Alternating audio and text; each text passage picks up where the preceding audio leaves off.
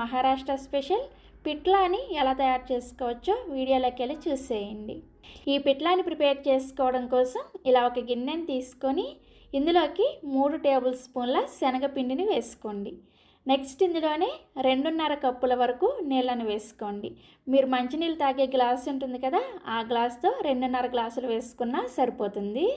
తర్వాత ఇందులోకి 2 టేబుల్ స్పూన్ల కొంచెం పలచగా ఉండే చింతపండు రసాన్ని వేసుకోండి.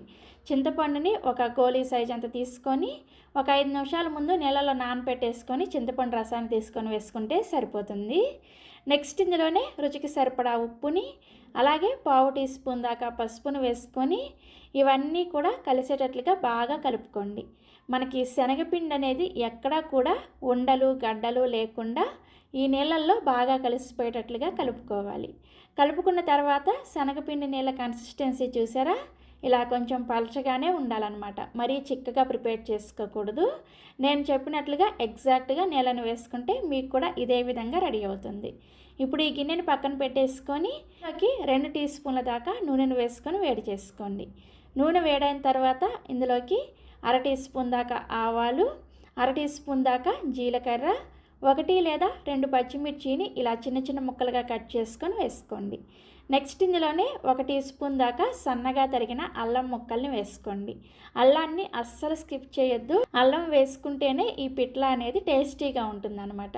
తర్వాత 2 రెమ్మల కరివేపాకును కూడా ఇలా కొంచెం చిన్న ముక్కలుగా కట్ చేసుకొని వేసుకోండి. వీటన్నిటిని కూడా లో ఫ్లేమ్లోనే ఆవాలు చిటపట్లాడి అల్లం ముక్కలు కూడా పచ్చివాసన పోయేంత వరకు వేయించుకోవాలి.